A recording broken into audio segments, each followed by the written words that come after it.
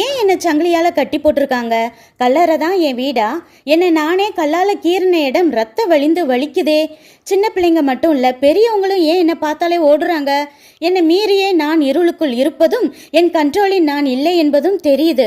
ஆனாலும் என்னை மீட்க ஒரு ஹீரோ வரமாட்டாரான்னு நான் என் உள் மனசில் ஏங்குறது எனக்குத்தானே தெரியும்னு கண்களை ஏறெடுத்து பார்க்க நான் காண்பது கனவா நனவா?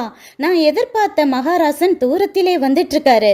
இந்த ஒரு நாள் ஒரு நிமிஷத்தை தவற விட்டாலும் என் வாழ்க்கையில் இந்த பொன்னான தருணம் திரும்ப வரவே வராதுன்னு உணர்ந்து பிசாசுகள் விடமாட்டேன்னு போராட்டம் பண்ணினாலும் செத்தாலும் இயேசுவின் பாதத்தில் வீழ்ந்து சாவேன்னு திடுத்திடுன்னு ஓட, அப்புறம் என்ன கொஞ்ச நேரத்தை நீட்டா ட்ரெஸ் பண்ணி புத்தி தெளிந்து தலைவாரின்னு இவனே ஹீரோ மாதிரி ஆளே மாறிட்டான்.